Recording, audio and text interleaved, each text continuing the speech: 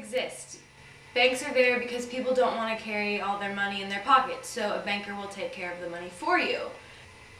But he wants to make money off of it. So you put $100 in your savings account.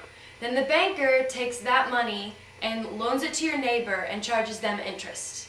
So essentially, this is how the banker uses your money to make his money.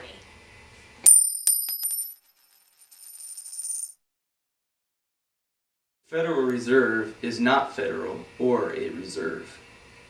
Despite the misleading name, the Federal Reserve is a private corporation that America gave the power to issue her money.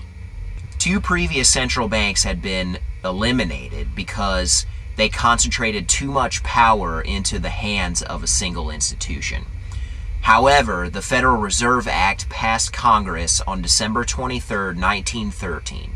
It was a Sunday, and it was 2 days before Christmas while most of Congress was gone on vacation.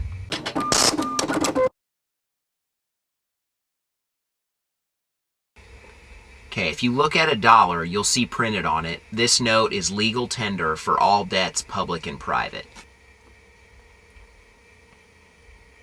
So what that means is, the president, when he makes his budget, if he needs more money and more credit, then he can go to the Federal Reserve and say, "I need this much money." The Federal Reserve will give him that money in the form of a loan with interest.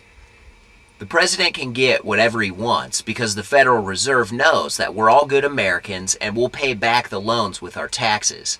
These loans are represented by all the dollars in your pocket.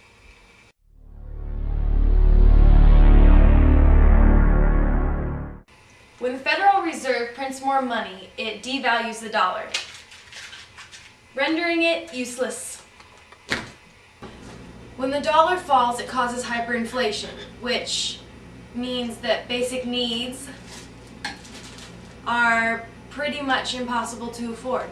Due to the increase of taxes and the cost of doing business, companies can't afford to pay their employees more. In the book of Proverbs, it says not to be a slave to the lender.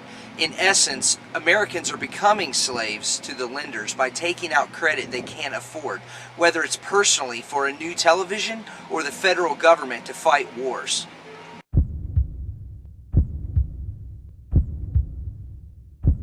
Proverbs 22:7 says, "The rich rule over the poor, and the borrower is servant to the lender." Matthew 6:24 says you cannot serve both God and money.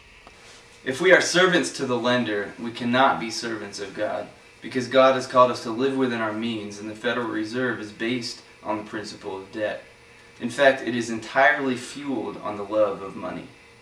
America has exhausted all of its real assets. So the connection you have to make is that the Federal Reserve is seeking new money from somewhere else, and that is foreign countries. And the only collateral that exists is the people of America. So we are being put up as collateral, saying that by present and future taxes, we're going to pay back all of these loans that are happening. So we are slaves to this system. Will you join us to stand against our own slavery?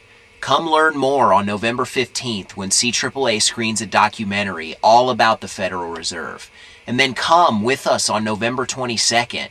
Help us demonstrate in front of the Nashville Federal Reserve Bank. Help us celebrate our freedom.